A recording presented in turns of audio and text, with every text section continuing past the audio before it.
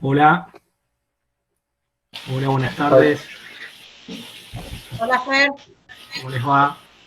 ¿Cómo Hola, andan? buenas tardes. Hola, ¿qué tal? Buenas tardes. Hola, hola, ¿qué tal? Buenas tardes. Buenas tardes. Ahí estábamos haciendo la admisión de la gente que está entrando. Cuando ustedes dispongan ya podemos ir arrancando. Y bueno, bienvenidos a todos. Es un enorme gusto poder estar compartiendo este encuentro con todos ustedes. Así que estamos muy contentos de poder vernos y de encontrarnos a pesar de las grandes distancias que nos separan. Es un enorme gusto. Así que bueno, si quieren vamos a ir arrancando. Bien. Sí, sí. Si dejamos activado solo el del orador.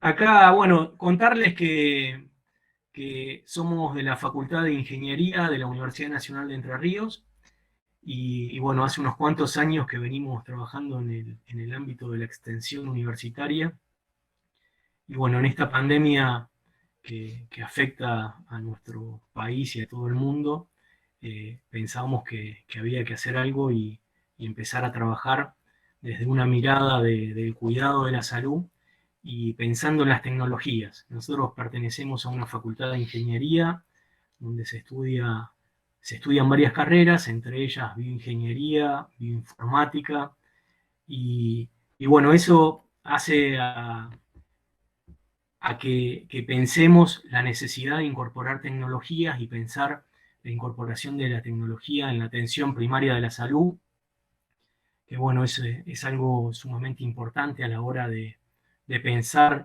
la organización de nuestros sistemas de salud y bueno, y a veces cuando se piensan en las tecnologías se piensan enfocadas en otro lugar y no desde el primer nivel de atención de la salud. Así que bueno, también la perspectiva que le queríamos dar eh, en este tiempo era la mirada de los barrios y sobre todo de los barrios populares, donde, donde bueno, están cerca de nuestros centros de salud y de los trabajadores del nivel de atención de la salud. Y bueno, y también es donde más daños causan este tipo de pandemias y epidemias. Y entonces, bueno, la mirada que le queríamos dar era desde el barrio, desde la comunidad y desde cómo podíamos pensar eso. El primer encuentro nos acompañó Javier Villordo, del CAC José Daniel Rodríguez, que es una organización que trabaja en la comunidad, en el terreno, abordando el problema de las adicciones y de los consumos problemáticos. Y también nos acompañó el padre Germán Brusa, que trabaja en una escuela de gestión social en un barrio de Paraná. Y bueno, para este encuentro nos fuimos hacia el sur, nos fuimos a la Patagonia chilena y a la Patagonia argentina. Para nosotros es un enorme honor que hoy nos acompañe el licenciado Alfredo Garrido, que es de Punta Arena, que después nos va a estar comentando su experiencia desde allí. La licenciada Gabriela Tienot, la psicóloga Cintia Lemos, el médico Félix Sosa y la médica pediatra Alejandra Alfaro. Bienvenidos a todos, es un enorme honor que puedan estar compartiendo. Cuando nosotros pensamos en la extensión universitaria, pensamos en ese diálogo con las comunidades y también con los trabajadores de la salud, donde, bueno, se comparten los saberes y los conocimientos y en función de eso podemos repensar lo que pasa en nuestra sociedad, en nuestras comunidades y tratar de pensar, o sea, utilizar eso como insumo para pensar dentro de la universidad, dentro de nuestras cátedras, cómo abordamos esto del desarrollo de la tecnología apropiada para el primer nivel de atención de la salud.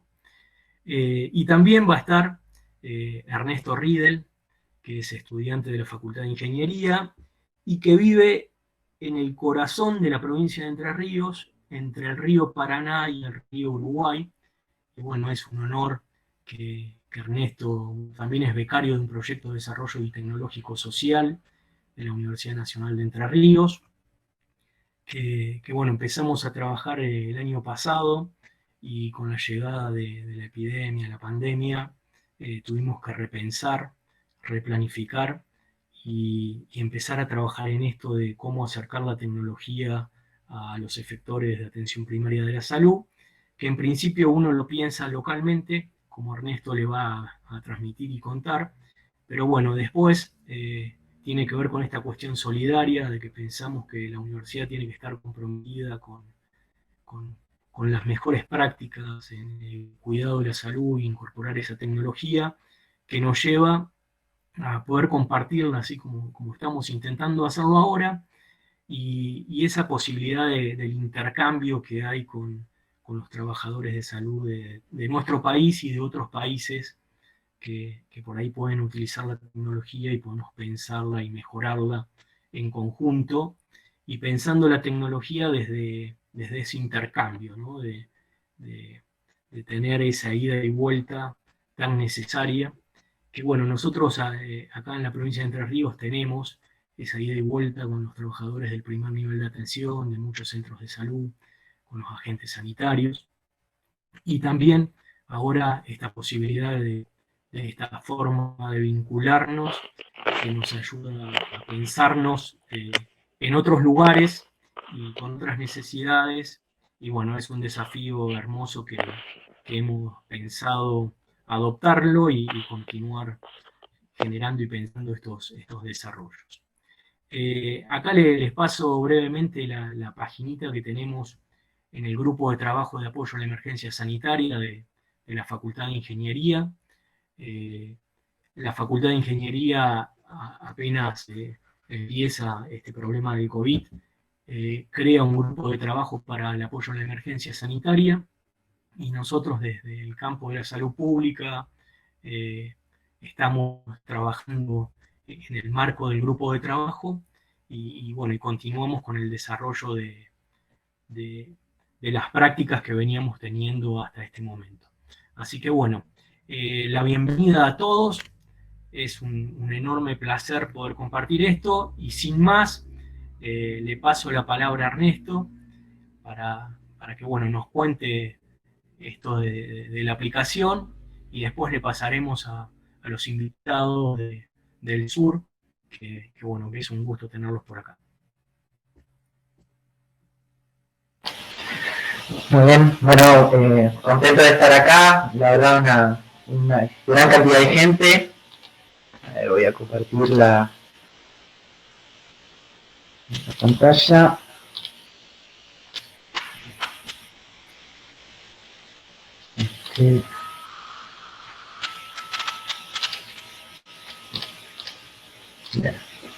Bueno, como bien mencionó Fernando, desde ya el año pasado fui becario y sigo siéndolo ahora, seguimos trabajando de un proyecto de tecnología, y cuando surge la pandemia, la emergencia por el coronavirus, bueno, nos interpela a generar diferentes tecnologías que estén al acceso de las personas. Entonces, el principal problema que encontramos fue el de georreferenciar a aquellas personas que tenían el grupo, que pertenecían a los grupos de riesgo, es decir, tenían factores de riesgo. Esto lo evidenciamos trabajando en conjunto con el municipio de Oro Verde, en lo que era la planificación de la campaña de vacunación, en el que si bien en el municipio se tenían, por ejemplo, calles numeradas para identificar a las personas, pero ahí cuando se accedían a diferentes herramientas, como por ejemplo la de Google Maps, las calles estaban cargadas con la numeración mal, y eso hacía que tengamos, o sea, el punto, el icono que aparece en la casa esté en otro lugar. Otro lugar donde lo vimos también fue en los barrios de Paraná, donde llevamos a cabo después una acción de extensión, en la que las calles, si bien tienen nombres, no tienen numeración y es prácticamente imposible georreferenciar las casas. Y permitirle a los equipos de salud conocer la ubicación exacta donde se encuentra determinada persona con determinado factor de riesgo. Para eso, ¿qué estrategia seguimos? Bueno, estábamos en una emergencia, es decir, no se podía planificar con mucho tiempo de anticipación, los recursos, como sabemos, siempre son limitados. Entonces, ¿qué es algo que todos tenemos? Es un celular. Generalmente hoy en día mucha gente tiene un celular que tiene funcionalidades como el GPS y algo importante es que estos celulares, estos dispositivos, permiten almacenar internamente datos. Y otra característica muy importante que fue relevante, por ejemplo, para estos barrios en Paraná, donde empezamos a implementar, era que el GPS funciona sin la necesidad de tener una conexión a internet, es decir, sin el consumo de datos. Ahí nació Relevar, especialmente con la salida de personas, de promotores de salud hacia los barrios, a relevar, propiamente dicho, personas con factores de riesgo y que se tomaban el trabajo de anotar manualmente lo que eran números de las coordenadas, es decir, latitud y longitud. Si alguien no sabe, son un montón de números y con solo un número erróneo ya la ubicación cambia totalmente, digamos, por kilómetros. Entonces la aplicación fue diseñada para Android, permite almacenar también el recorrido que hace la persona cuando sale a relevar. Esto no es una cuestión de planificación, para, por ejemplo, luego de detectar, levantar estos datos y detectar. Ahí está. Bueno, ahí vamos de nuevo. La aplicación está diseñada para el sistema operativo Android, que es el que está más difundido en los teléfonos. Bueno, almacena el recorrido.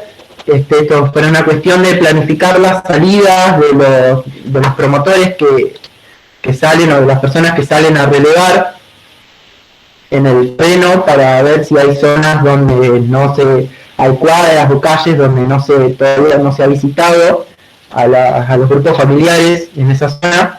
Es una aplicación nativa, que quiere decir que una vez que está descargada, que es la única parte en donde se necesita acceso a internet, la aplicación funciona completamente sin la necesidad de tener conexión. Y es modular porque esto es una característica que tiene la última versión que tenemos subida a la página, esta página que mencionaba Fernando, que dispuso la facultad con la emergencia del COVID, porque permite agregarle diferentes módulos que permiten relevar, por ejemplo, lo que es el nivel de educación que tiene determinada persona, la ocupación, y eso se puede modificar fácilmente, es decir, se puede adaptar la aplicación para diferentes campañas de relevamiento o de visitas a la comunidad. Bueno, las primeras pruebas en terreno que hicimos con la primera versión fue en el barrio Antártida de la ciudad de Paraná, y con Carly, que estaba por ahí en la presentación, desde el Centro de Salud D'Angelo de la ciudad de Paraná. Esto es muy importante porque había cuestiones que teníamos que ir modificando sobre la marcha, que había una retroalimentación que servía para modificar y agregarle nuevas funcionalidades para facilitar lo que es el llenado de datos. Las características más importantes que tenemos que verificar era que, bueno, esta cuestión de que se permita un llenado rápido de los datos, pero que estos datos sean lo más confiables posible, es decir, que se cometan pocos errores a la hora de cargar. Y en cuanto a la visibilidad, es una cosa importante porque al tener activado el GPS de forma continua, hay un gran gasto de batería, lo que lleva a que se usen varios colores oscuros para evitar el gasto de batería de la pantalla, y todo eso nos dimos cuenta en el terreno que se contradecía en cuanto al contraste. Cuando uno salía a relevar, por ejemplo, de día, se veía muy poco la pantalla, y bueno, eso sufrió también un proceso de rediseño. La última versión, que está cargada, como no sé si se me escuchó esa parte, que está cargada la página que dispuso la facultad, permite cargar diferentes encuestadores, el nombre, para después tener también el dato de quién es el que levantó esos datos en la comunidad. También tiene una pantalla que permite ir viendo la ubicación actual de la persona. La ubicación no se transmite, solo se muestra, y para corroborar que el GPS esté funcionando correctamente. La pantalla del medio muestra las diferentes personas, es decir, la aplicación está pensada para cuando uno va a un grupo familiar, cargar varias personas si se desea, pero no es necesario cargar a todos los miembros de la familia. Esto es porque permite, si se cargan dos personas de un mismo grupo familiar, las coordenadas que luego se almacenan son las mismas para las dos personas cargadas. En esta otra vemos los datos de cada persona cada vez que se le da el botón nueva persona, que son apellido, nombre, DNI, mes, día, año, y esto es lo que yo les decía de que la aplicación es modular, es decir, permite cargar diferente información, y estos botoncitos se pueden modificar y se pueden agregar más dependiendo de cuáles sean los objetivos del centro de salud o de la organización que desee salir a la comunidad a relevar con aplicación. Vemos ahí el símbolo del QR porque eso es lo último que le agregamos, una última funcionalidad que permite leer el código QR que tiene los DNI para levantar automáticamente los datos, estos datos de apellido, nombre, DNI y fecha de nacimiento. Y como último, un ejemplo el módulo contacto, que permite cargar el teléfono celular fijo y el mail de la persona, y también permite cargar datos de una persona de contacto que la persona que fue relevada quiera designar. En cuanto a los datos son almacenados en la memoria interna del teléfono, es decir, no hay transmisión de datos, no hay tráfico de datos por ningún tipo de conexión. Entonces, esto era una cuestión de seguridad, porque entendemos que estos datos son datos sensibles. La aplicación hace crear una carpeta en la memoria interna del teléfono, y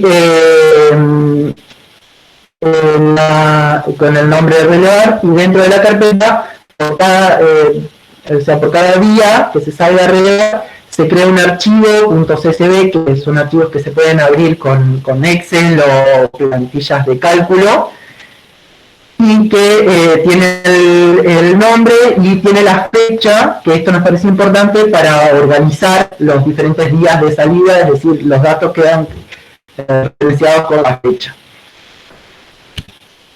Bueno, esto es lo que les mencionaba, que publicamos la aplicación en la página que dispuso la FUNER por la emergencia del COVID. Las primeras experiencias fueron en Paraná. Vi que están varios ahí de los que participaron, así que muchas gracias por tener paciencia por ahí cuando la aplicación había que reformular alguna cosita. Y actualmente estamos trabajando con la gente del sur, acá que hoy van a comentar después de esta presentación. También en Santo Pito, que es una localidad de Misiones, se utilizó para el relevamiento referido al dengue. Y ahora estamos empezando a trabajar también con Ingrid y el municipio de Diamante. Los resultados, bueno, la pantalla que yo les decía permite ir viendo en la aplicación, en la propia aplicación, los puntos cargados y el recorrido que va realizando el encuestador. La imagen del centro es de Santo Picó, el mapita a partir de los datos obtenidos con la aplicación, y el de la izquierda es el relevamiento realizado por la gente de D'Angelo, acá en Paraná. Bueno, muchas gracias. Eso fue más o menos una información así resumida. Tenemos cargados en la página del BID, en la parte del grupo de salud pública, también varios PDF que tienen información de cuáles son las prestaciones de la app y de cómo descargarla, cómo levantar los datos y cómo instalarla. Muchas gracias, Ernesto. De nada. Bueno, ahora los dejo con la gente del sur que... Pasamos a la licenciada Tienot. Bueno, muchas gracias, Ernesto, por la presentación. Seguramente ahora vas a poder compartir la nuestra. Queríamos, bueno, en primer lugar agradecer a Fernando, a Ernesto y a todo su equipo este espacio de compartir experiencias que muchas veces nos faltan o uno intentaría que tengamos más espacios para compartir porque de ahí podemos aprender y muchas veces los hallazgos, los avances que se pueden hacer en un punto del país o de la región pueden ser de mucha utilidad para otros. Quería también reconocer a los compañeros que nos están apoyando, que son de acá de la localidad de Ushuaia, compañeros que están hoy día en la gestión del Ministerio de Salud y que seguramente van a seguir acompañando el desarrollo de cada una de las acciones que podamos ir generando en atención primaria de salud. Les vamos a compartir parte también de una experiencia que tiene quizás aspectos que puedan ser utilizados en otras partes del país y otros aspectos que son propios, comunes y que responden a la realidad local. También hacer una aclaración porque este es en un barrio de la ciudad de Ushuaia y al igual que en otros puntos del país, la desigualdad en la sociedad, la desigualdad económica, las faltas de acceso a los bienes y servicios esenciales también se presentan en la ciudad de Ushuaia, en Tierra del Fuego, y afectan directamente la salud de nuestra población.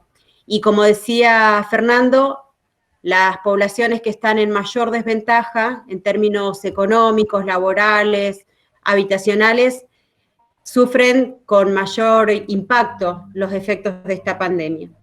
Así que, bueno, hecha esa salvedad, le vamos a contar que nosotros somos parte del equipo de salud del Centro de Salud número 8. Este centro de salud está ubicado en la zona sur-sur de la ciudad de Ushuaia. Es un centro nuevo, inaugurado hace aproximadamente 2 años, y cuenta con un equipo de salud muy completo. Vamos avanzando. Ernesto, ¿pasamos?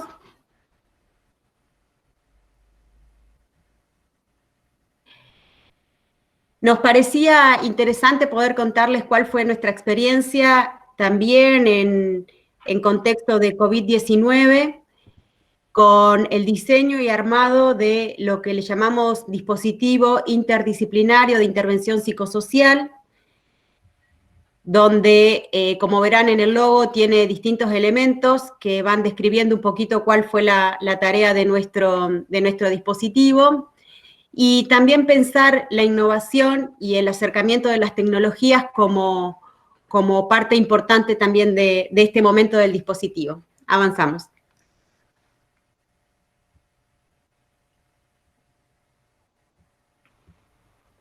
¿Pasamos?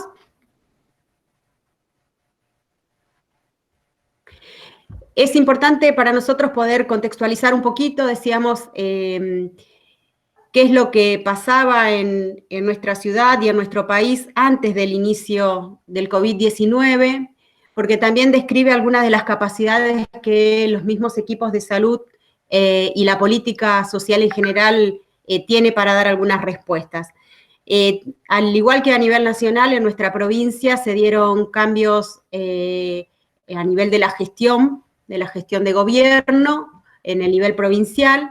Esto también afectó y generó cambios organizacionales en la Dirección de Atención Primaria de Salud, marcados básicamente por un recambio en las jefaturas de los centros de salud, por integración de nuevos miembros al equipo de salud y por algunas modificaciones en el modelo de atención, ¿sí? En esto un poco lo que podemos compartir con otros compañeros de la atención primaria de salud, con capacidad instalada, con personal profesional y no profesional, y con un menú de prestaciones y servicios esenciales correspondientes a la atención primaria. Avanzamos.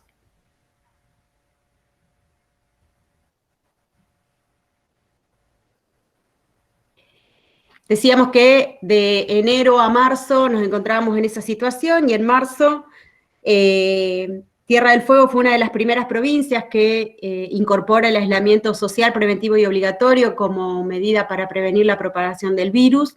En Tierra del Fuego se conforman el Comité Operativo de Emergencia, la Atención Primaria de Salud, la dirección también va generando sus propios protocolos de atención, y lo que se da fuertemente en el territorio es un repliegue presencial de las instituciones de protección social. ¿Sí? Estas medidas de aislamiento también impactaron en las distintas instituciones, contando, diríamos, casi esencialmente con el centro de salud en el barrio, mientras que las escuelas, los jardines y otro tipo de instituciones tuvieron que continuar la atención de otra manera. Pero el centro de salud queda de pie desde el primer momento. En uno de los momentos digamos, de la pandemia, nuestro centro de salud queda destinado para la atención de pacientes respiratorios, por lo cual también se ve modificada un poquito la organización del equipo de salud, y con el dispositivo enlazados, que es un poco lo que le vamos a contar ahora, para ir acompañando el desarrollo del proceso. Avanzamos.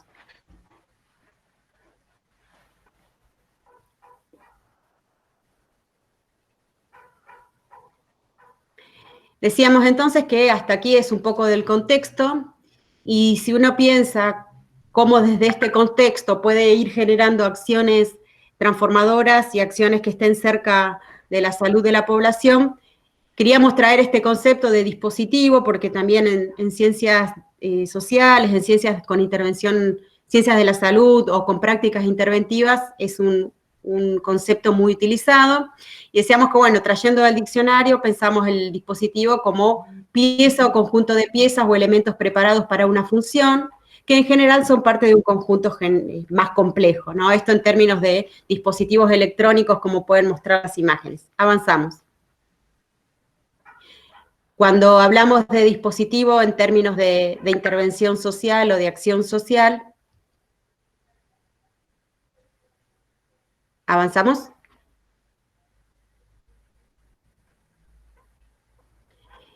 Queríamos también compartir el anterior. Este concepto de dispositivo, en la imagen que vamos a ver ahora, de un ovillo o de una madeja de lana, ¿no? Una especie de ovillo o madeja, un conjunto multilineal compuesto por líneas de diferente naturaleza que forman procesos siempre en desequilibrio. Cada línea está quebrada y sometida a variaciones de dirección. Los dispositivos producen entrecruzamientos entre objetos visibles, ¿sí? Saber, poder y subjetividad puestos en juego no poseen en modo alguno contornos definidos, sino que son cadenas de variables relacionadas entre sí. ¿Qué queremos decir con esto? Que el dispositivo puede alojar parte de esta incertidumbre, parte de estas faltas de certeza, partes de la inestabilidad del contexto, pero que pueden dar respuesta al cuidado de la salud. ¿Sí? Este es uno de los aportes que traíamos, y por qué pensarlo en términos de dispositivo, por la flexibilidad, por la capacidad de adaptación a las nuevas demandas, por la capacidad del equipo para generar nuevas habilidades para ir dando respuesta. Avanzamos.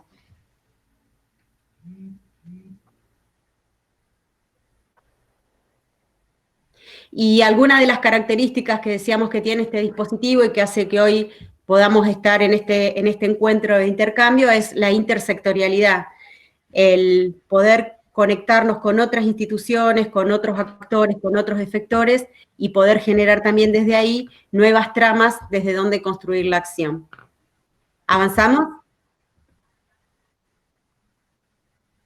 ¿Avanzamos?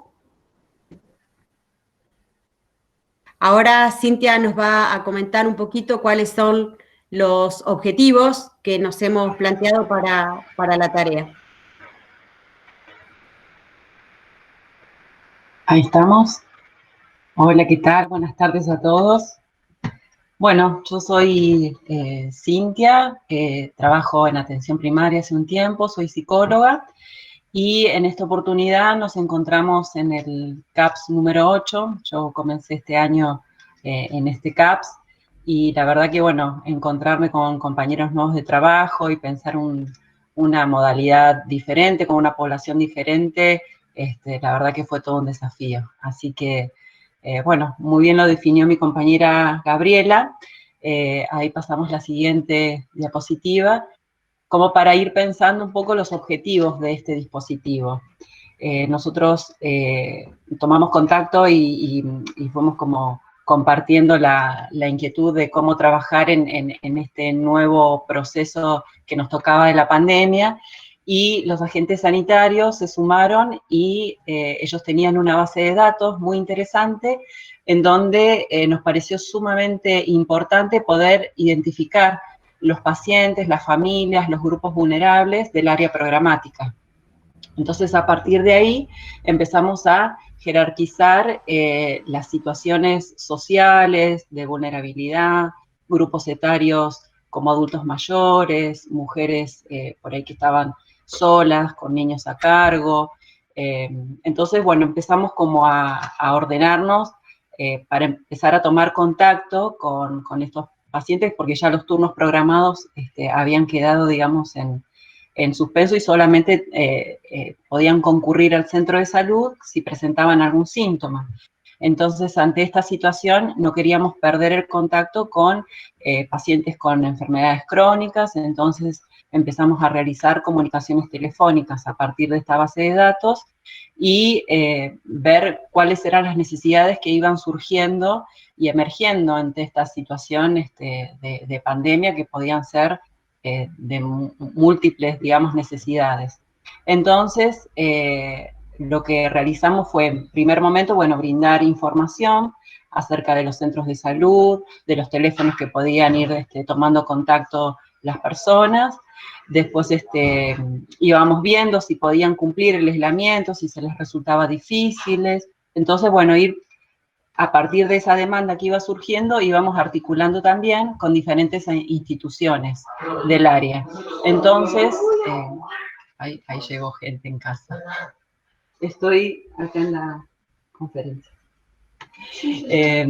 Entonces empezamos a articular con las diferentes situaciones de instituciones que habían tanto en el barrio, y ahí contactamos a través de Gaby con Primeros Pasos, con Josefina, también con Desarrollo Social. Entonces nos fuimos articulando entre nosotros a ver qué respuestas podíamos dar ante situaciones como recetas, familias que por ahí no estaban en el listado, pero tenían alguna situación de vulnerabilidad también. Entonces íbamos como registrando en esa base de datos de manera semanal nuevos registros que nos parecía importante poder ir detectando, y a medida que íbamos tomando contacto con la comunidad, íbamos enriqueciendo el vínculo también con nuestra población. Y esto también, un objetivo fundamental, que era fortalecer también el trabajo de equipo en el centro de salud, e irnos conociendo también de a poco con los otros integrantes que se habían sumado. Entonces ahí, bueno, íbamos potenciando la interdisciplina y la intersectorialidad. En la siguiente.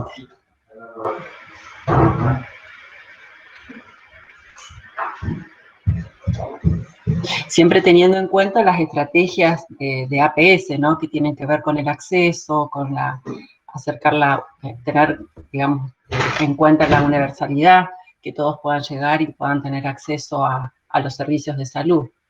Y bueno, como les decía de recién, que los destinatarios a los beneficios que podíamos ir detectando y cómo podíamos dando respuesta, es esta base de datos construida que la íbamos actualizando, pero que ya venían los agentes sanitarios con un trabajo previo de domicilio, ¿no? El trabajo puerta a puerta, ir detectando a estos grupos de riesgo, ¿no? Y reconociendo y nominalizando a la población. Por eso nos parecía sumamente importante la herramienta de la app, ¿no? Que nos acerca, que hablaba Ernesto hace un ratito, ¿no?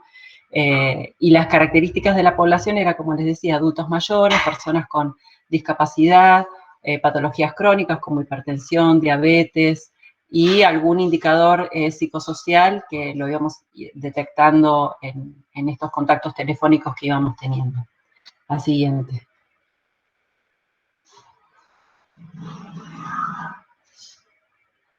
Las situaciones que fueron detectadas básicamente fueron de necesidad de alimentos, y ahí es donde se articuló con desarrollo social y ir pudiendo, digamos, cubrir con bolsones de alimentos que se entregaban acá en la ciudad, y básicamente con medicamentos también, con medicación crónica de pacientes que tenían diabetes, hipertensos, alguna visita domiciliaria, y todo lo que tenía que ver con información de cómo resolver alguna situación puntual que tenían. Incluso por ahí con adultos mayores, hasta hemos acercado por ahí algún 0800 de algún banco para que pudieran ellos ver cómo resolvían su situación de cobrar su jubilación, por ejemplo, ¿no?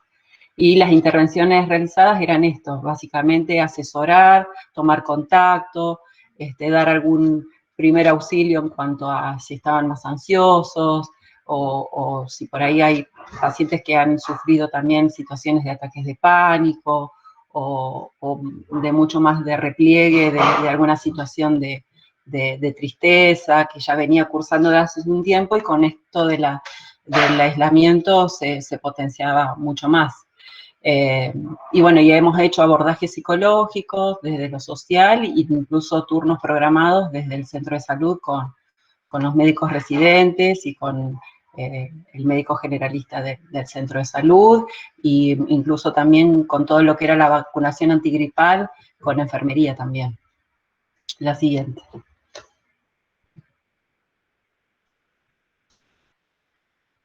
Y bueno, y este fue como un mapeo de territorio, y en donde se pudo, digamos, producir un recursero en donde íbamos armando todo como una planilla.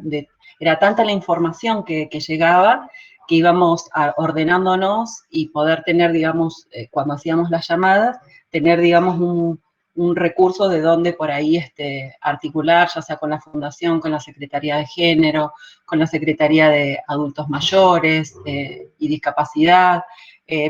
Había una plataforma de la Asociación de Psicólogos en donde podíamos también, si necesitábamos derivar a algún paciente, también podían, digamos, tener contención emocional, y con el Ministerio de Desarrollo. Esas fueron, digamos, las bases que hemos tenido para poder articular en este proceso. La siguiente.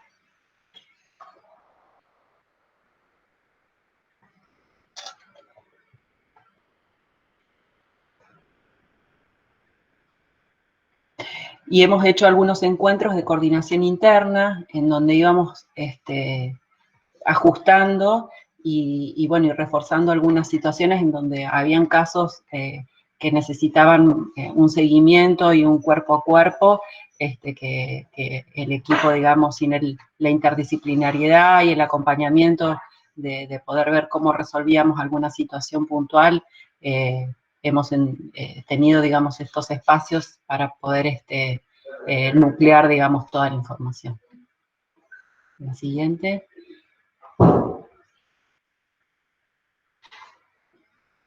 Bueno, y estas líneas de acción, como están ahí en el gráfico, son de acciones de capacitación interna, porque en estos encuentros nos íbamos nutriendo y produciendo información para poder compartir, vinculadas a lo que era la estrategia de atención primaria, la asistencia y la promoción de grupos de riesgo, y algunas otras acciones como esta articulación que hemos hecho con la universidad para poder implementar esta app y georreferenciar a los pacientes. La siguiente.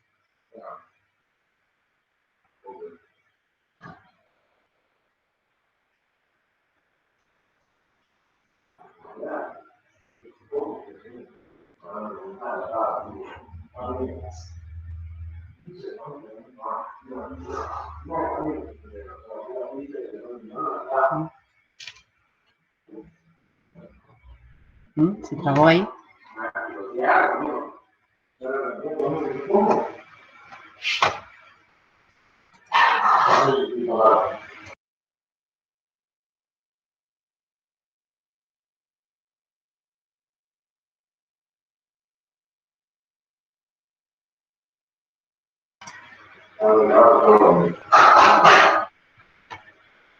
A ver ahí. Bueno, en cuanto a lo que es asistencia y promoción de grupos de riesgo, bueno, era básicamente esto que les comentaba, la identificación y las familias que tenían algún riesgo sanitario, que por ahí sucedía que acá en Ushuaia son los espacios muy reducidos, entonces el aislamiento obligatorio se hacía como muy difícil para algunas familias sobrellevar esta situación, sumado que por ahí no tenían empleo, entonces estas situaciones agravaban componentes de su proceso de salud y enfermedad. Y la utilización de la app era justamente alojar y potenciar, digamos, que ahora por ahí Félix va a hablarnos un poquito de eso, de poder ir identificando, ir georreferenciando en un mapa, nos parecía como algo excepcional, incluso tener esta base de datos que nosotros ya la veníamos trabajando de una manera más artesanal, teniéndolo así con una aplicación nos parecía sumamente interesante. Y esto del que hablábamos de la capacitación interna era justamente socializar herramientas en el equipo nuclear que estaba trabajando con el dispositivo, y esto atraía tanto aspectos teóricos como modos de trabajo que tenían que ver con atención primaria. Y después todo lo que tenía que ver con la extensión del dispositivo, bueno, participar con efectores de salud como ustedes y poder, ojalá que se pueda replicar en otros centros de salud también esta herramienta tan útil que ustedes están trabajando. La siguiente. Bueno, y acá lo dejo a Félix para que pueda ir desarrollando un poquito más lo que veníamos hablando en equipo. Así que bueno, muchas gracias por su tiempo y por su acompañamiento. Bien. Hola, buenas tardes. Mi nombre es Félix, yo soy residente de Medicina General de segundo año de la ciudad de Ushuaia. Actualmente formo parte del equipo del Centro de Salud 8, que como le dijo Gaby y Cintia, está formando un equipo bastante nuevo en la atención de salud. Cuando se generó el dispositivo, empezamos a pensar qué herramientas podríamos utilizar para responder a los problemas de salud que podamos encontrar en la población. A través de Gaby llega esta aplicación que se llama Relevar, que vino de Entre Ríos, y me tomé yo el atrevimiento de empezar a ir viéndola, a ver cómo podíamos utilizarla y aplicarla en la población que tenemos nosotros a cargo. Una vez que me la instalé, yo tengo la primera versión, me acabo de enterar que hay una nueva versión con módulos que podemos mejorar, por lo que yo, una vez que la tenía instalada, vi que podíamos registrar datos filiatorios de la población, de contacto, factores de riesgo asociados a mayor susceptibilidad de COVID en este contexto, el estado o la necesidad de vacunación de las personas, si necesitábamos o no la entrega de productos de limpieza. Sé que en principio se pensó la aplicación y se utilizó en cierta comunidad de Oro Verde en Entre Ríos, y me puse a pensar también junto con el equipo de cómo podíamos adaptar esta aplicación a las necesidades de nuestra población. Algunas de las cosas que me surgieron fue, por ejemplo, entendiendo la complejidad de lo que es salud, no solo pensar en datos filiatorios, en lo que es si están vacunados o no, sino ir un poquitito más allá, por ejemplo, de que podamos obtener con la aplicación, por ejemplo, desde que salimos del centro de salud hasta que llegamos a la casa de la familia, podemos obtener un montón de datos en nuestra población en Ushuaia en este contexto. Lo que es el estado de las calles, el estado de las veredas. Nosotros generalmente en esta época tenemos mucho hielo en las veredas y eso implica un riesgo ya para la población. En el momento que llegamos a la casa de la persona, vemos cómo tienen planchones de hielo en la entrada. Una vez que entramos en la puerta, a través de la puerta podemos ver si cuentan con los servicios, si tienen luz, si viven solos, si tienen alguna red familiar, si tienen alguien que le pueda conseguir la medicación que le indicamos. Muchos de esos datos yo los pienso en que quizás los podríamos aplicar como para agregar a la aplicación en esta segunda instancia. La verdad que cuando conocí la aplicación me encantó porque el hecho de que podamos tener una georreferenciación segundo a segundo es extraordinario porque pone en evidencia el trabajo que hacemos día a día, pone en evidencia que salimos a las casas, vamos a ver a la población, y además nos permite administrar los recursos con los que vamos a salir, administrar el camino que vamos a seguir en cada visita domiciliaria, priorizando ciertas familias a las cuales conviene que vayamos primero, teniendo en cuenta que por ahí ciertas calles no podemos acceder, ya sea porque tienen mucho hielo, porque tienen perros que por ahí son peligrosos. Todas esas cosas a nosotros nos ayudan a la hora de la planificación antes de salir a hacer la visita domiciliaria. Cosas como, por ejemplo, podríamos también registrar si esa familia tiene para comer, tiene ingresos, tiene algún tipo de ingreso, tiene una red familiar de contención, cuándo fue su último control de salud.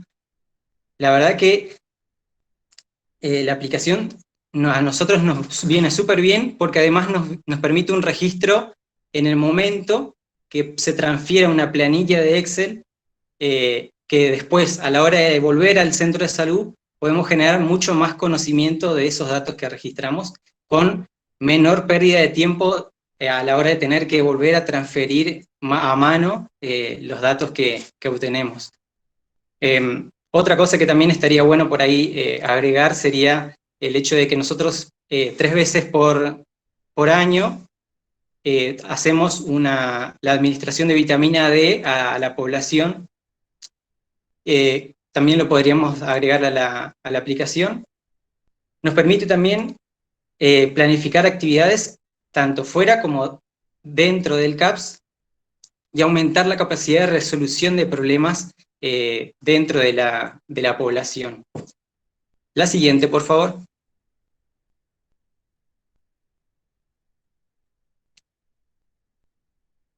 Bien, bueno, acá lo que decíamos de la geolocalización, estuve viendo que la aplicación genera datos de latitud y longitud, segundo a segundo, con lo que podemos trazar recorridos. Como les dije, podemos con eso planear qué recorridos tomar y que sean los más adecuados y que nos permitan ahorrar tiempo. Y además, reconocer esas familias con mayor riesgo social en todo su aspecto, sea biológico, psicológico y social. Bien. La verdad es que me acabo de enterar que viene la segunda parte de la aplicación. Con los nuevos módulos yo creo que podemos avanzar un montón y que podemos obtener un montón de información, no solo ya pensando en el contexto de pandemia, sino esto ya apuntando a la nueva normalidad que se viene luego de este reinicio que nos generó esta emergencia sanitaria. La siguiente.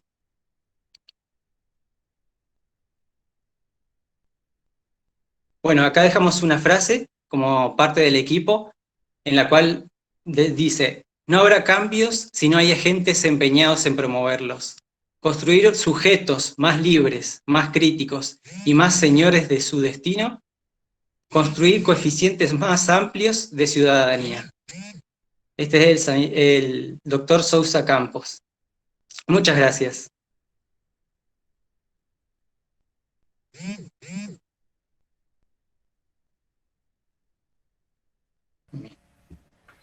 Muchas gracias, Félix. Muchas gracias por compartir todas estas miradas sobre la potencialidad de la aplicación y bueno, toda la experiencia que nos comentó todo el equipo.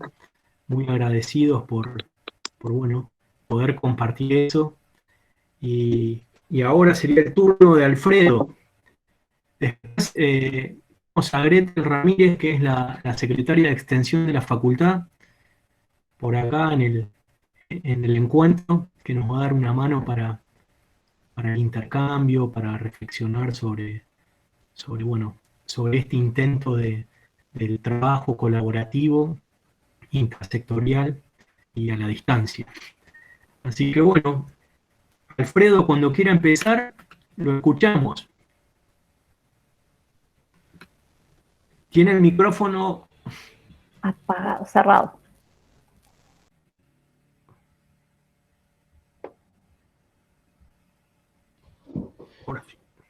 Sí, ahí está.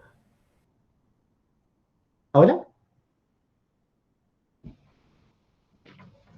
¿Me escuchan bien?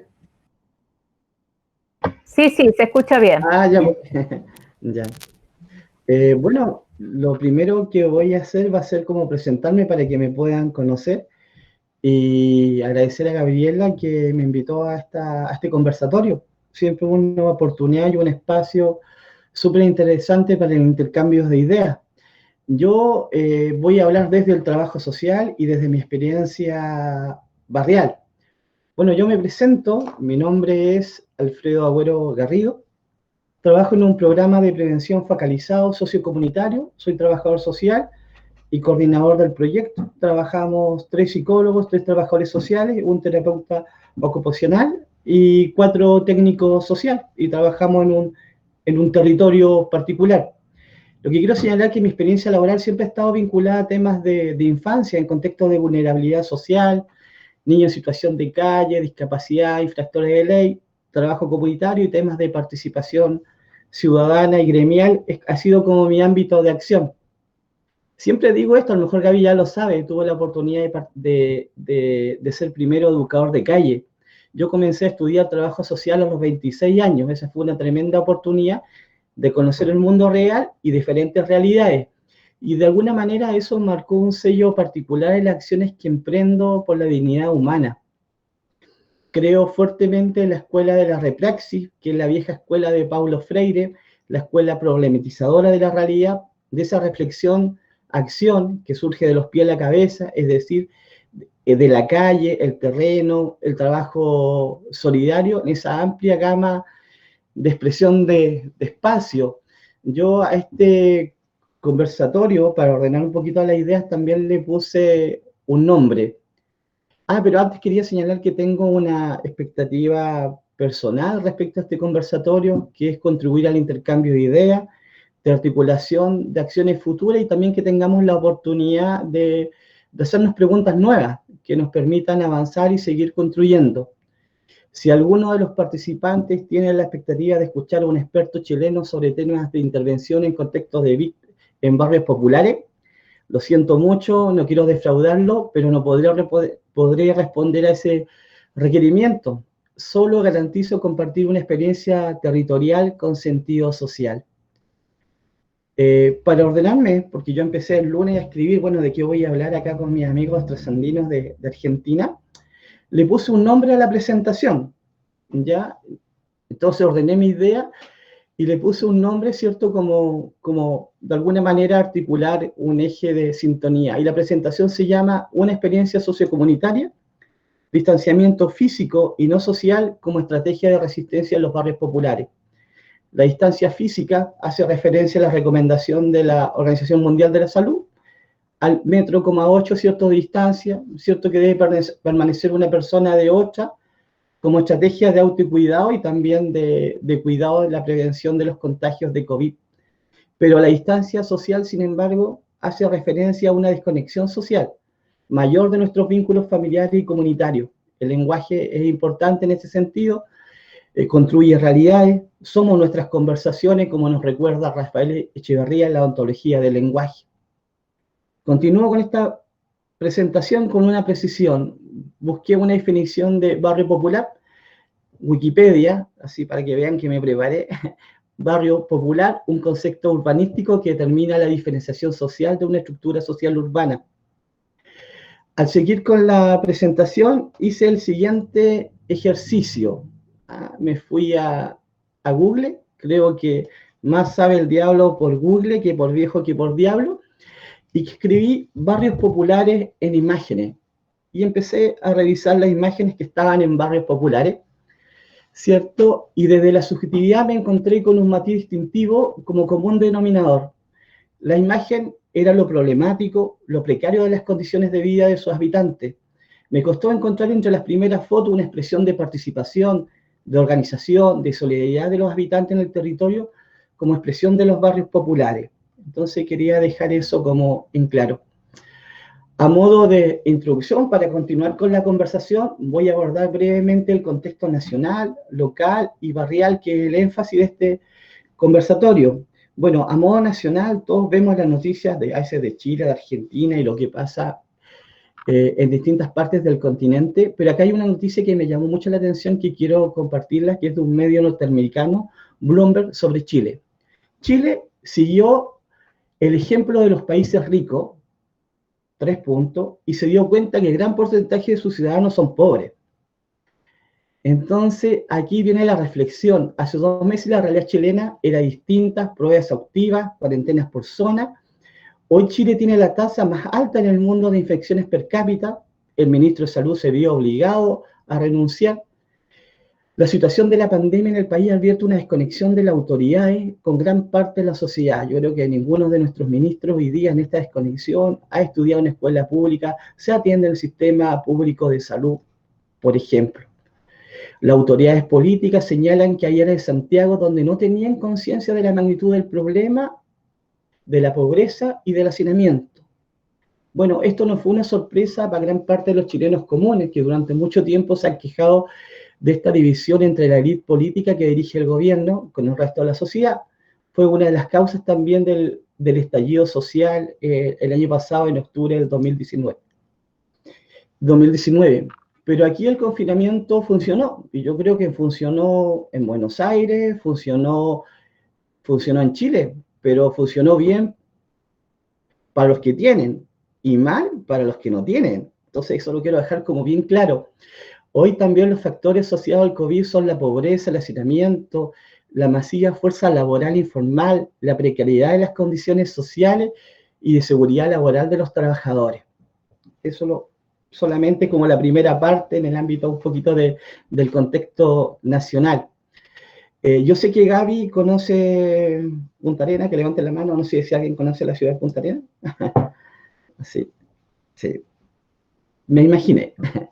Sí, bueno, y algunos datos para que entiendan. Bueno, Punta Arenas es una de las ciudades grandes del sur de la Patagonia, después de Neuquén y Comodoro hacia el sur, es una ciudad, tiene 124.000 habitantes, las condiciones climáticas muy parecidas a lo que es la Patagonia austral. Durante esta semana 2 grados la máxima, menos de 4 grados bajo cero, la sensación térmica es mayor, así como datos duros. la cesantía de la región. Hoy día Punta Arenas tiene 10.500 personas que han sido despedidas desde enero y otras 7.000 que se encuentran suspendidas a raíz de la Ley de Protección del Empleo.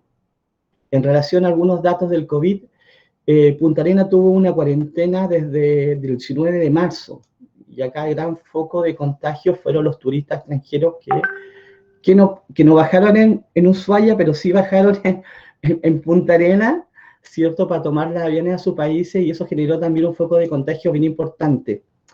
Actualmente en Punta Arenas las clases están suspendidas, no tenemos cuarentena, la mayoría de los servicios públicos con teletrabajo y sistemas de turno.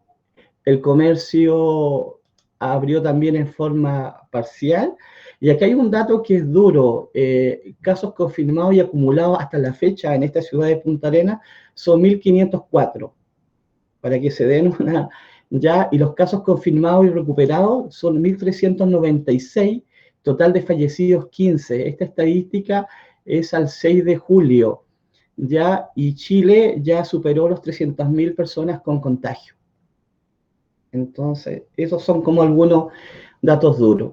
Con tal de que el programa que yo trabajo es un programa sociocomunitario que trabaja con niños, tiene 3 ejes de intervención. Uno es niños, ¿cierto?, adolescentes, familia y comunidad. Esos tres ejes.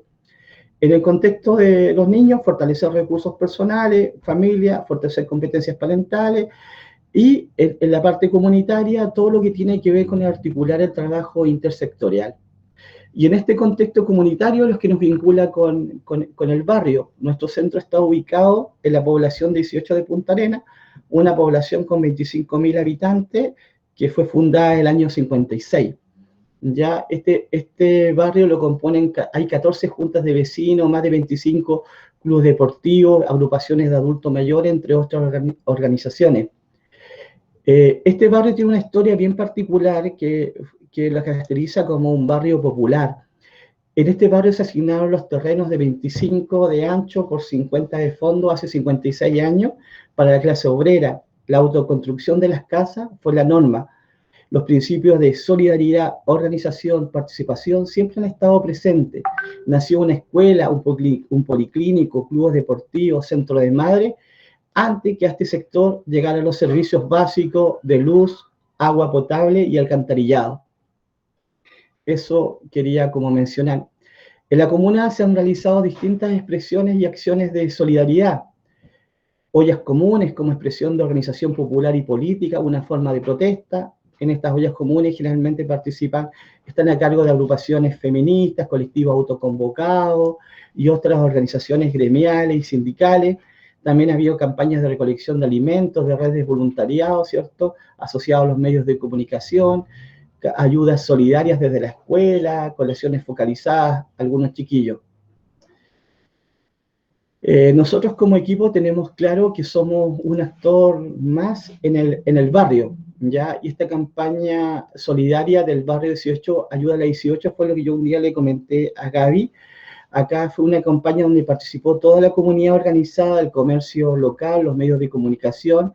Se pudieron juntar más de 150 canastas familiares.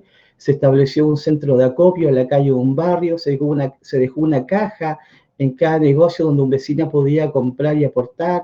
Se motivó esta campaña a través de los medios a través de las redes sociales, en Facebook con despacho en vivo. Se visitaron los medios de comunicación, se pusieron afiches y se realizaron puerta a puerta con jóvenes voluntarios. Y también acá hay agrupaciones de motoqueros también que nos ayudaron.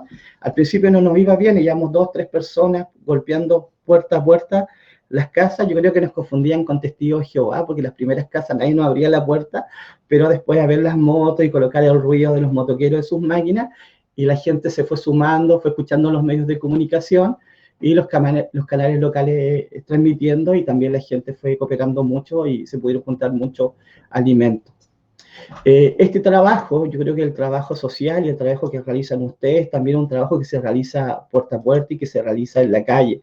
A nosotros esto del puerta a puerta nos permitió de alguna manera identificar a nuevas familias en un contexto de vulnerabilidad. Estoy hablando de familias que no están asociadas a nuestro programa al cual nosotros intervenimos, que son también familias vulnerables. Eso, hoy día como programa también estamos como equipo participando en una olla común en el barrio, entregando colaciones y a niños, ¿cierto?, que se ven afectados por esta contingencia social que son de nuestro programa.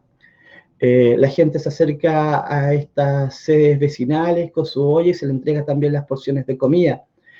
También como equipo estamos tratando de canalizar y ayudar a la familia a postular a todos los beneficios que el Estado otorga. Entonces hemos tenido harto trabajo en ese sentido. Nosotros hoy día estamos con un plan de retorno seguro y con una marcha blanca, lo que implica sistemas de turno para el equipo, facilitar los implementos de seguridad, un plan de sanitización, protocolos de actuación frente a la emergencia, capacitación e intervenciones focalizadas, presenciales, pero en aquellos casos que sea estrictamente necesario. Ya como terminando, algunas consideraciones no finales que quiero dejar acá que pueden servir para la discusión o para un indicador de pobreza, decía Bernardo Toro, es no estar organizado. Yo creo que es muy interesante. Antes nuestra ciudad tenía una pobreza escondida, puertas adentro. Hoy en cambio esa realidad es evidente y requiere una urgencia en el actuar. Necesitamos comprender que la construcción de la red es una construcción social de vínculos, para no confundirla con la lista de contactos del barrio popular. Las redes deben generar espacios de incidencia y requieren también de espacios de autonomía en ese sentido.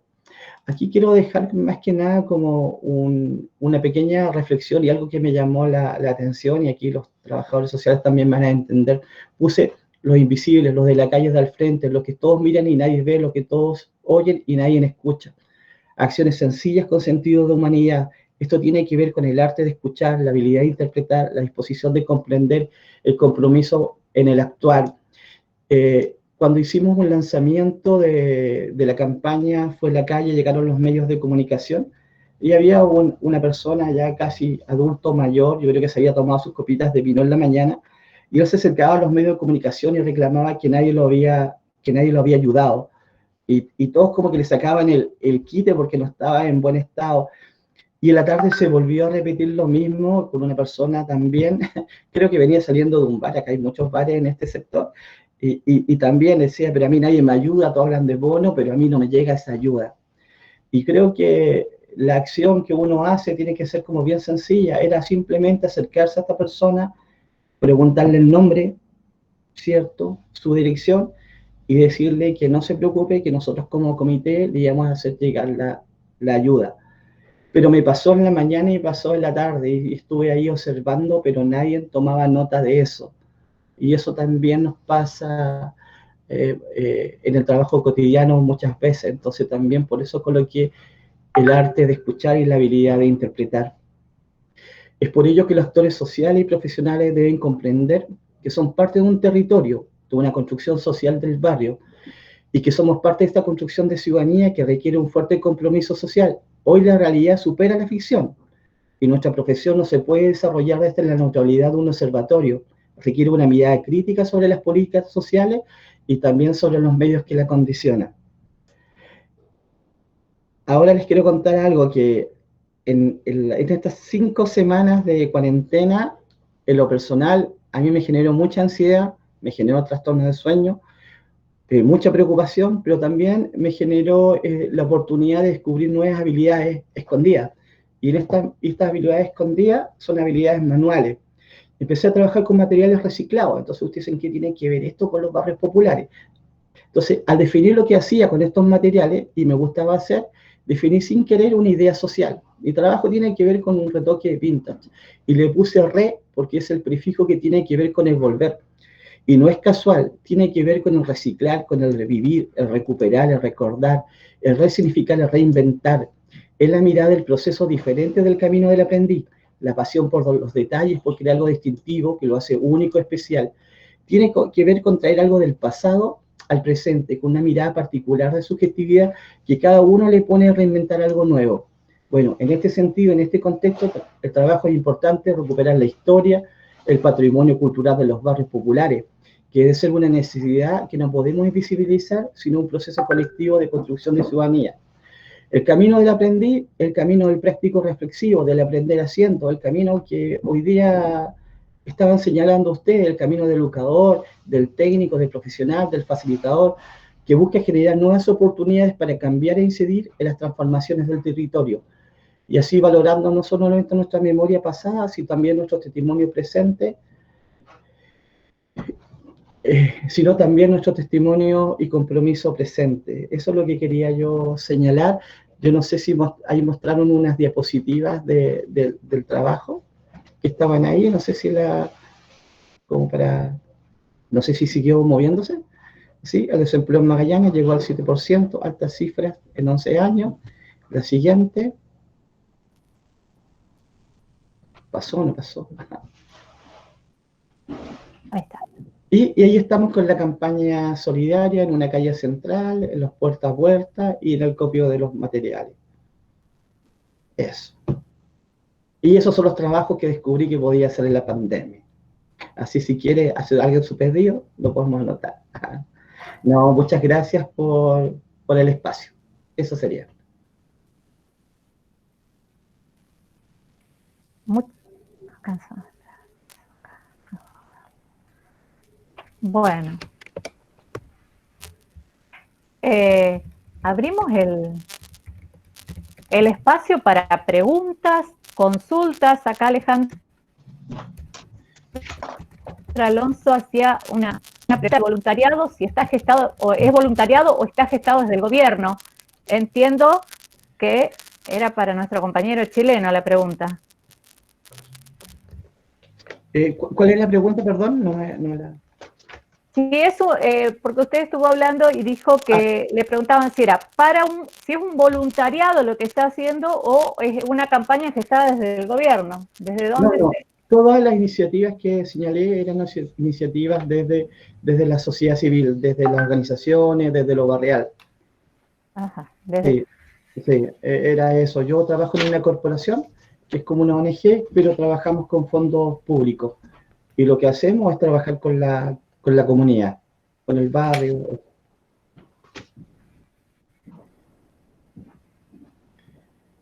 Bien. ¿Alguna otra reflexión sobre esto? El que quiera, abre el micrófono. Bueno, yo quiero agradecerle a Alfredo ese rescate histórico, ¿no? A veces no sé, pensamos en la innovación, en lo nuevo, y a veces cuando miramos el adentro de nuestro barrio y la historia, encontramos esto de la autoconstrucción, esas prácticas solidarias que nos ayudan a pensar el esfuerzo colectivo y la salida colectiva, que bueno, son esos aprendizajes que durante mucho tiempo se estuvieron cuestionando, ¿no? Y pensando en esa salida individual que bueno, nos lleva a donde nos lleva. Y bueno, ese rescate de lo colectivo, de lo barrial y de la construcción de vínculos, un poco lo charlamos en el encuentro anterior con Germán y con Javier, tan necesario para estos tiempos, y también la contribución que tiene eso hacia la salud mental y a la salud en general, ¿no? Esos determinantes que nos afectan y nos condicionan nuestros modos de vivir y nuestros modos de enfermar, que están ahí y que tiene que ver con lo social. Así que bueno, agradecerles a todos los trabajadores sociales, a los comunicadores, a los psicólogos, a los médicos que están compartiendo esto, porque bueno, nosotros tenemos esa mirada ingenieril que a veces pensamos los problemas y pensamos alguna solución y tratamos de darle la vuelta y el intercambio con la comunidad y con los que están todo el día en terreno, pensando en eso que dijo Alfredo, ¿no? Un indicador de pobreza es la falta de organización. Cuando nosotros pensamos la aplicación, no la pensamos como la tecnología mágica que nos resuelve los problemas, sino como esa tecnología que nos ayuda a organizar el trabajo en el ámbito de la salud, en el ámbito del barrio, y también pensando que bueno, a veces nuestros sistemas de salud no están preparados para el cuidado de la salud de la población, que hace falta darle una vuelta a todo eso, y bueno, y cuando surgen estos fenómenos así epidémicos, estallan, y es necesario recuperar eso, ¿no? Del club del barrio, de la organización no gubernamental, de los movimientos sociales, que bueno, que pensar, creo que en estos momentos de crisis también nos ayudan a pensar otras salidas, ¿no? Eh, Pensar cuál va a ser la salida de los de abajo también es un compromiso que tenemos que asumir desde las universidades públicas, eh, repensar de que lo que tenemos no alcanza y que es necesario darle esa vuelta y poder dialogar con todos esos sectores, ¿no? En estos tiempos no hay lugar para mezquindades y es necesario eh, discutir la más amplia unidad con todos los sectores para poder abordar esto. Los compañeros de Ushuaia ahí, desde el centro de salud, con el Ministerio de Salud, a veces la realidad que se viven en nuestros efectores son muy distintas a las que tenemos en el nivel central o las que tenemos en la academia, y bueno, es necesario poder intercambiar y conversar de estas cosas que nos pasan. Yo la paso, ya hasta acá llegué.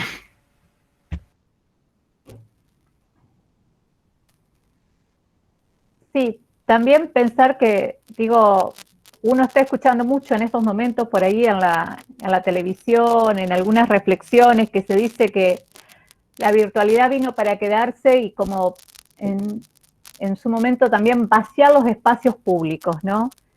Y digo, eso depende también de cada uno de los profesionales, del compromiso ético que cada uno tenga y de la profesión, porque no todos los que están en territorio podemos decir que están vaciados esos lugares, al contrario, son los que le dan sentido a todo lo que hacemos y a lo que nos hemos propuesto como profesionales atender. Entonces digo, por ahí hay algunos eslogan y algunas frases que están circulando y tienen que ver con esto, con no ver algunas redes o no ver incluso aquellos profesionales que están en el territorio trabajando. Es como que hay ciertas cosas que están invisibilizadas y me parece que bárbaro, por ahí lo decía hoy Félix en un momento, cuando la aplicación nos permite hasta mostrar por dónde anduvimos, a dónde fuimos a ver, digo, esa casa, ese recorrido, también da cuenta, digamos, del profesionalismo y la pasión que cada uno hace y cómo desarrolla su tarea, ¿no? Y está buenísimo eso de que le haya podido ver y haya pensado ya muchas más utilidades, digo, a la herramienta que sin duda ayuda para que Ernesto y equipo puedan seguir pensando y desarrollando nuevos dispositivos o nuevas aplicaciones a esa app.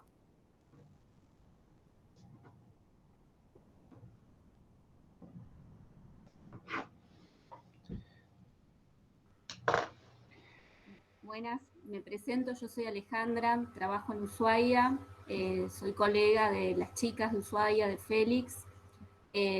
Nada, primero me parece que un beneficio secundario de la pandemia ha sido poder encontrar estos modos de comunicación que quizás en otro contexto no estaríamos hablando con gente de Entre Ríos, de Punta Arenas, así en simultáneo y compartiendo experiencias. En algún punto quiero reconocer el trabajo que han hecho desde el Centro de Salud 8. La verdad que cuando teníamos el peligro inminente de la pandemia y las chicas acercaron el proyecto, la verdad que nos pareció sumamente interesante, pero realmente estábamos tan agobiados con situaciones de casos que surgían y aparecían y teníamos el desafío de postergar o de reconfigurar, digamos, estas cuestiones de primero aislamiento y después distanciamiento, sin que eso altere los vínculos con nuestros usuarios, con nuestros vecinos, con los compañeros de equipo.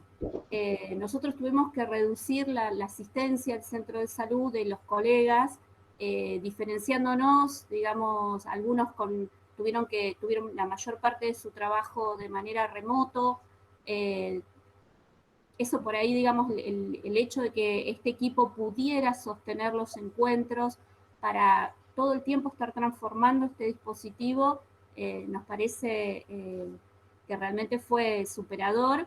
Y bueno, acá tengo que hablar como vecina. Yo soy vecina del CAPS 8 y puedo dar cuenta de que hay repercusiones sobre este dispositivo. Es muy interesante cómo han potenciado al interior del equipo a las instituciones estatales y a las instituciones comunitarias. La verdad que lo rescato porque de lo peor ha salido lo mejor, digamos, del peor momento ha salido lo mejor, y eso la verdad que creo que es una fortaleza. Con respecto a Punta Arenas, al colega de Punta Arenas, lo que puedo decir es que me resulta sumamente interesante escucharlo. Admiro la pasión con la que habla. Me parece que es un desafío, digamos, pensar que hay otro modelo cruzando la cordillera y cómo ese modelo puede impactar en una comunidad. Y nada, la verdad que me solidarizo con la situación. Es difícil, digamos. Yo soy hija de chilenos. La verdad que mi familia de la generación pasada todavía sigue viviendo en Chile. A raíz de la dictadura, mis papás se vinieron a vivir a Tierra del Fuego. Yo soy fueguina, y la verdad que para mí siempre es una reflexión pensar qué hubiese sido, cómo sería mi vida si mis papás no hubiesen decidido emigrar, digamos. Digo, ¿qué realidades tan diferentes con una cordillera de por medio tan poquito, tan cerquita, digamos?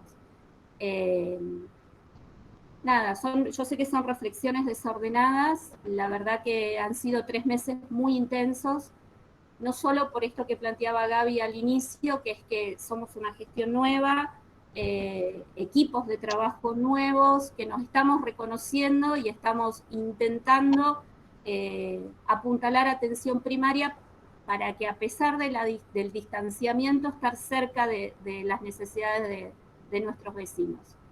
Nada, saludos a todos, y la verdad que una experiencia re linda compartir esto con diferentes lugares del país. Gracias a los que crearon el dispositivo. Yo soy media desconfiada con la tecnología. La verdad que estos 3 meses me dieron un terrible cachetazo, porque entre el teléfono, los celulares, internet, Zoom, el dispositivo de ustedes, digamos, la verdad que me tengo que ayornar, esa es la realidad. Para mí, atención primaria era de la mano de lo físico, y estoy descubriendo una dimensión, y lo que festejo es que son mis colegas, mis compañeros de equipo, los que nos están mostrando el camino. Así que gracias y saludos a todos.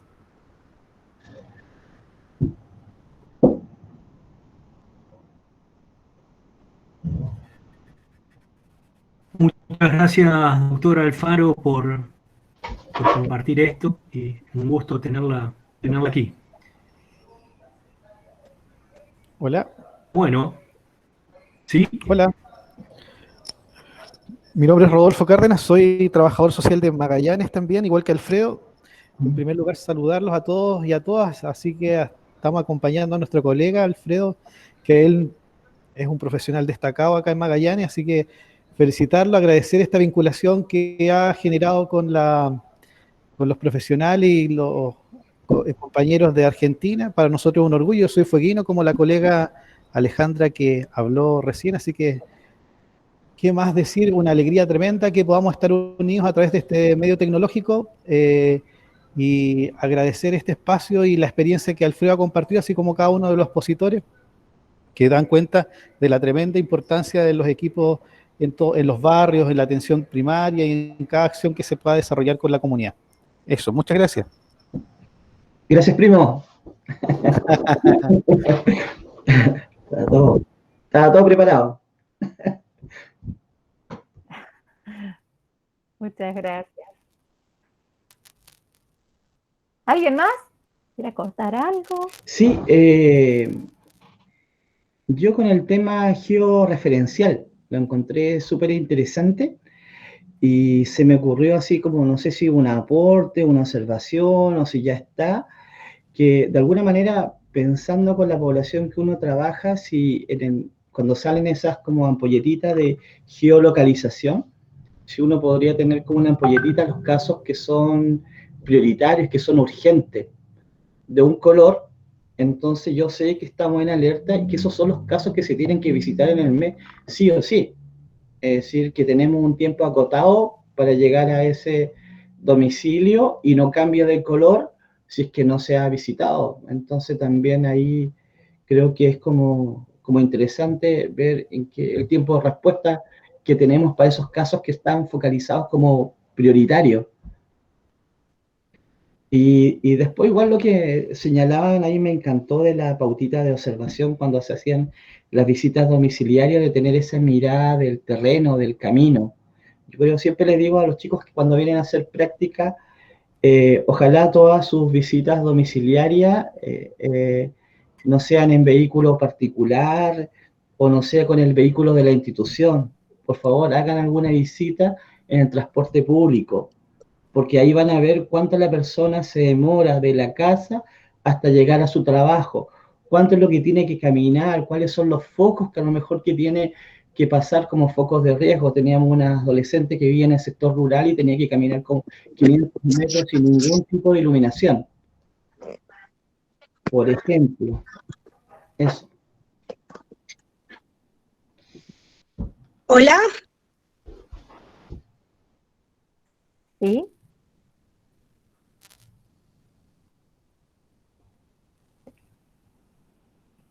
Hola, ¿me escuchan?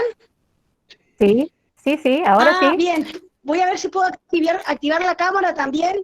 Se dificulta porque estoy desde el celular, justo estaba trabajando, dando mis clases también online.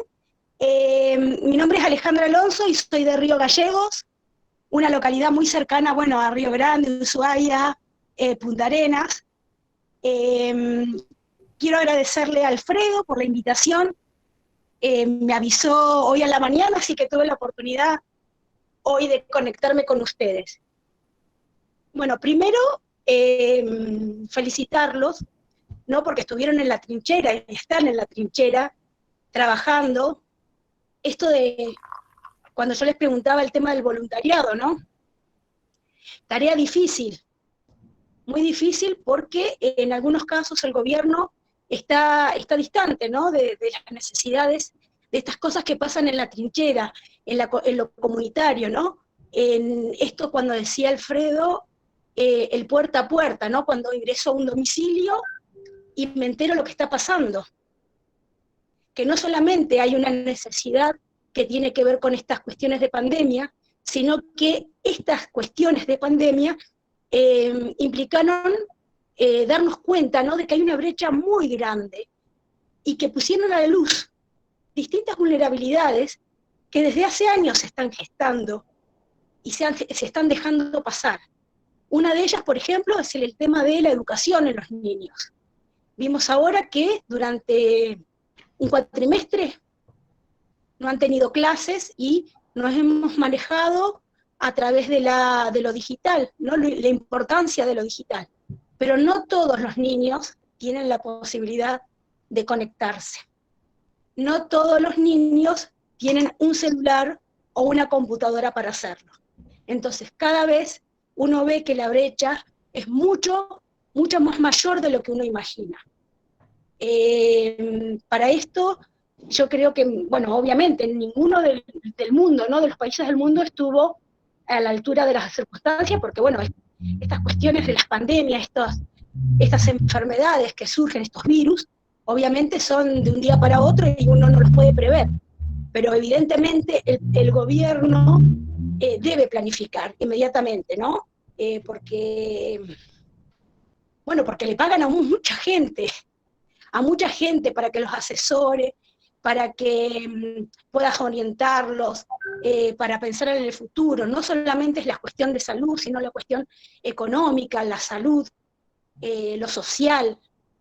Y bueno, y todo esto lo que he percibido que es un gran retroceso para toda la comunidad. No me refiero solamente de Argentina o de Santa Cruz, sino creo que de todos los países latinoamericanos, y hasta me atrevo a decir hasta los europeos, ¿no?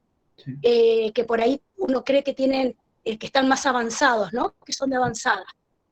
Así que quiero felicitar a aquellos colegas que estuvieron y están en la trinchera trabajando codo a codo con cada usuario, con cada vecino del barrio, tratando de aportarles desde la educación social las mayores herramientas para que puedan salir adelante. Así que gracias por la iniciativa y gracias por la invitación.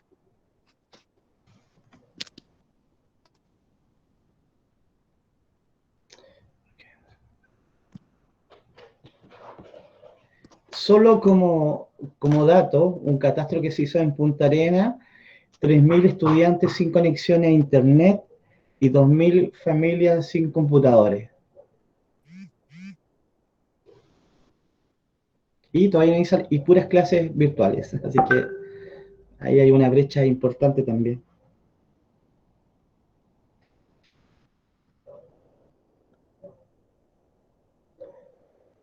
No manejo estadística, Alfredo, acá de Río Gallegos. Puedo sí inclinarme o pensar desde el boca a boca, ¿no? De lo que cada uno va comentando, de los compañeros de la escuela de nuestros hijos, o de algún familiar, o de algún alumno, ¿no? La dificultad que se hace para poder tener la igualdad de oportunidades, ¿no? Como así lo dice la ley, en esto de los derechos de la infancia, donde acá, bueno, evidentemente no está reflejado.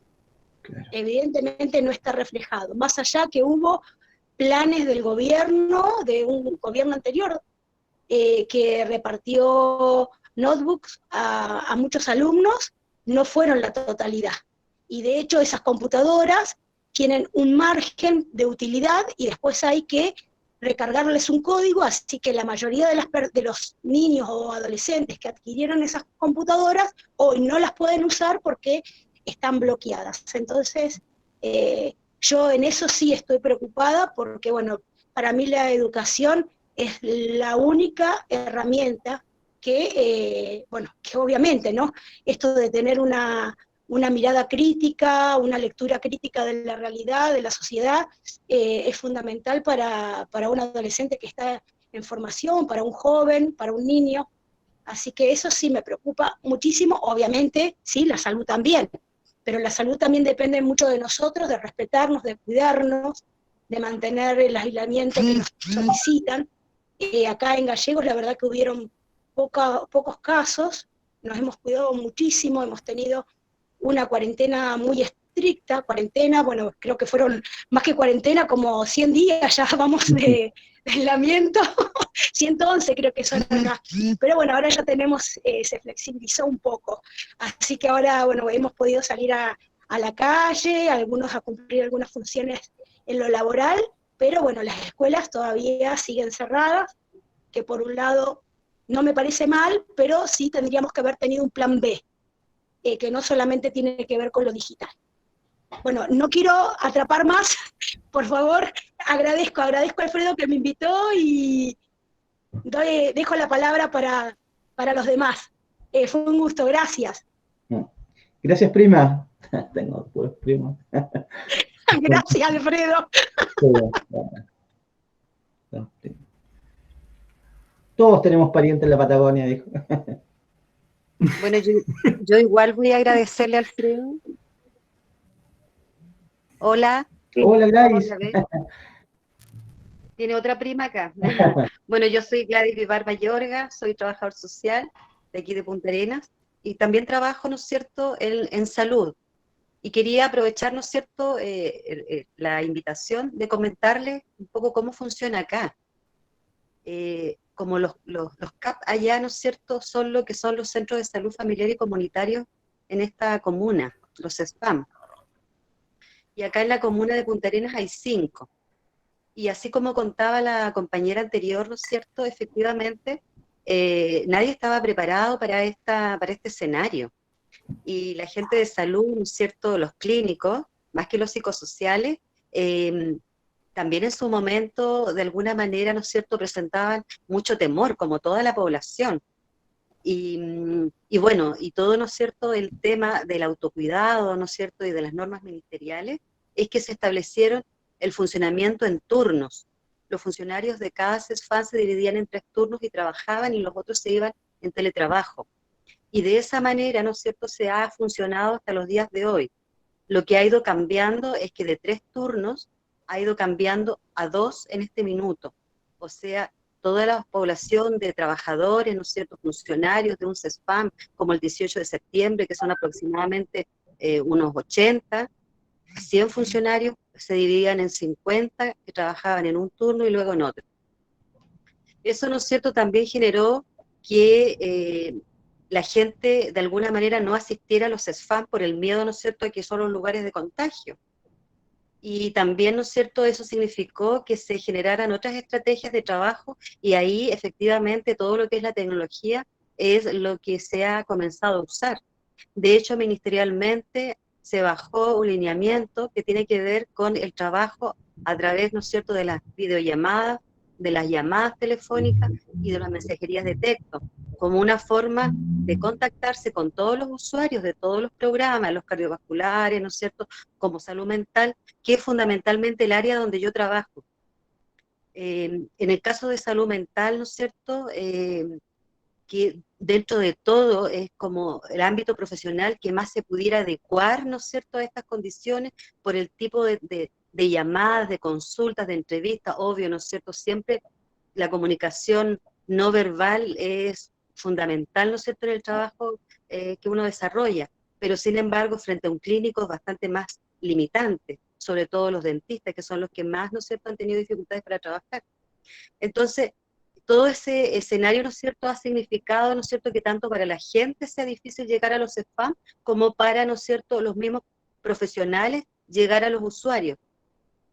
Y efectivamente, ¿no es cierto?, se hace a través de este sistema y también es presencial.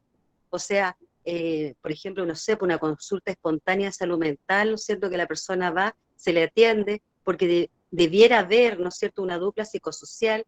Sin embargo, también lo que ha pasado, y que seguramente quizás a ustedes también, muchos funcionarios han salido con licencia y otros, por riesgo biomédico, también se encuentran solo en teletrabajo. Y eso es una cifra considerable de la población total de funcionarios, lo que hace, ¿no es cierto?, que se cargue también las funciones hacia aquellos que sí están ejerciendo la labor. Y por otro lado, la población, que yo también observo, ¿no es cierto?, una serie de dificultades, ¿no es cierto?, para acceder a los beneficios, tanto los apoyos sociales, que en este caso la municipalidad ha implementado, que ha sido muy difícil la oportunidad de ese acceso, puesto que ha sido muy burocrático. Por otro lado, ¿no es cierto?, también los usuarios en el caso de salud, ¿no es cierto?, como mucho se maneja con redes sociales, tenemos una gran población de adultos mayores, sobre todo en el sector de la 18 de septiembre, Carlos Ibáñez, donde mayoritariamente, como decía Alfredo, son autoconstrucción, entonces son poblaciones antiguas, les cuesta, ¿no es cierto?, acercarse más a este sistema, ¿no es cierto?, y por tanto acceder a salud. Los medicamentos y esas cosas, ¿no es cierto?, a los adultos mayores de 70 años se les entregan en sus domicilios, así como la atención a postrado, también hay equipos que visitan en el domicilio, ¿no es cierto?, los usuarios que no se pueden manejar. Eso de todas maneras, ¿no es cierto?, con la implementación, con los EPP, ¿no es cierto?, que corresponden, lo hacen de tal manera, ¿no es cierto?, de no generar contagio. Afortunadamente nosotros hemos tenido re pocos contagios de funcionarios en los centros de salud. Los que se han contagiado, la verdad que han sido más afuera. Y también la población, ¿no es cierto?, no ha sido contagiada a través de salud. Pero se observa, ¿no es cierto?, o sea, por lo menos yo percibo que falta mucho, ¿no es cierto?, la red. Por eso que estos espacios también, ¿no es cierto?, yo creo que son los que han florecido en este contexto, porque han permitido, ¿no es cierto?, darle continuidad al trabajo en red, a la organización, ¿no es cierto?, de las prestaciones, y también, ¿no es cierto?, a la coordinación del caso a caso. Eso en realidad, ¿no es cierto?, quería compartir en este espacio, aprovechando que hay gente, ¿no es cierto?, de otras de otro país, ¿no es cierto?, nuestros amigos, compañeros, ¿no es cierto?, hermanos de este sector, como lo sentimos nosotros. Yo, en lo personal, también tengo familia, ¿no es cierto?, en Río Gallegos, por ejemplo. Así que, bueno, muchas gracias por la invitación. Eso. Muchas gracias, Gladys. Muchas gracias, Gladys. Gracias, Gladys. Bueno, si les parece, todas las experiencias han sido riquísimas, tanto de la implementación, de cómo se está trabajando en Ushuaia con la app, y también todos los dispositivos que han creado y han implementado para atender a la población. La experiencia de Alfredo, digamos, que es muy rica y que también nos contextualiza en otro lugar y nos sigue haciendo pensar que esta pandemia en realidad puso de manifiesto muchas cosas que quizás los que estábamos en territorios las conocíamos, pero no se evidenciaba en todos los niveles.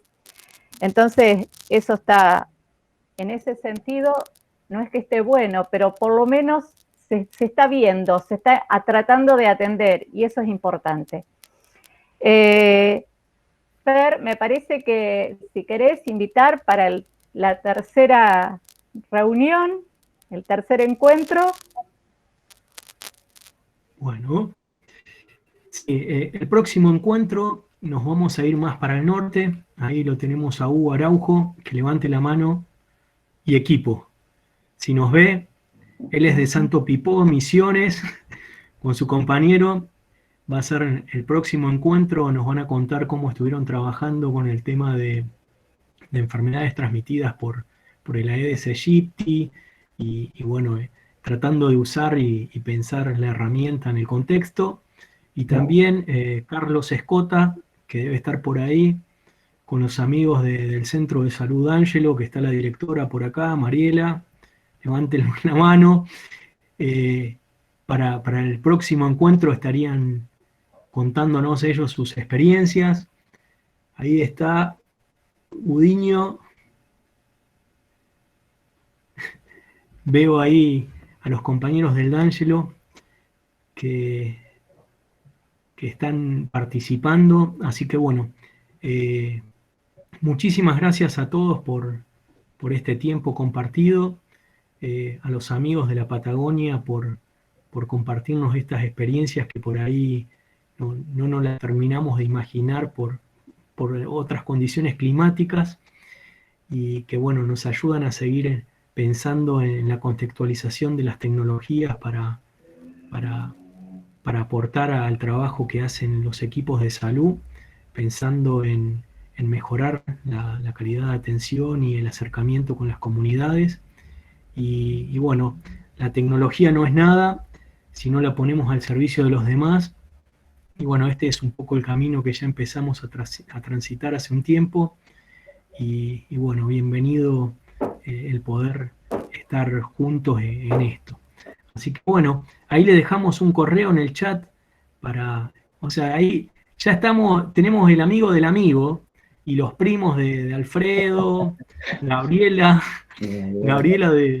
desde la Patagonia, desde Ushuaia, y así que bueno, nos estaremos reuniendo en 15 días más o menos para continuar intercambiando y conversando cómo avanzamos y aportamos en este problema, y bueno, para seguir conociéndonos. Gretel. ¿Montón de mandarina? Bueno, esto de trabajar en casa tiene estas cosas. Simplemente, bueno, agradecer y por ahí seguir renovando el compromiso de seguir trabajando en la universidad pública con los recursos que tenemos, que nunca son los que quisiéramos, pero siempre poniendo lo mejor de nosotros y tratando de incorporar a todo lo que hacemos un pensamiento crítico, que podamos ir viéndolo, y sobre todas las cosas teniendo como meta que estamos al servicio de otros, y esos otros son los de nuestra comunidad, son los que están siempre al lado nuestro, y y en el territorio mucho más. No sé si hay algo más, si no, cerramos con esto. Muchas gracias a todos. No, muchas gracias. Muchas gracias a todos. Hasta luego. Gracias, compa. Saludos. Yo me apuré mucho porque pensé que todas las fotos tenían que hablar. Chao, Gabriela. Chao, abrazo a todos. Gracias por la Claudia. invitación. Nos vemos la próxima. Te tenemos congelada en la pantalla, Claudia.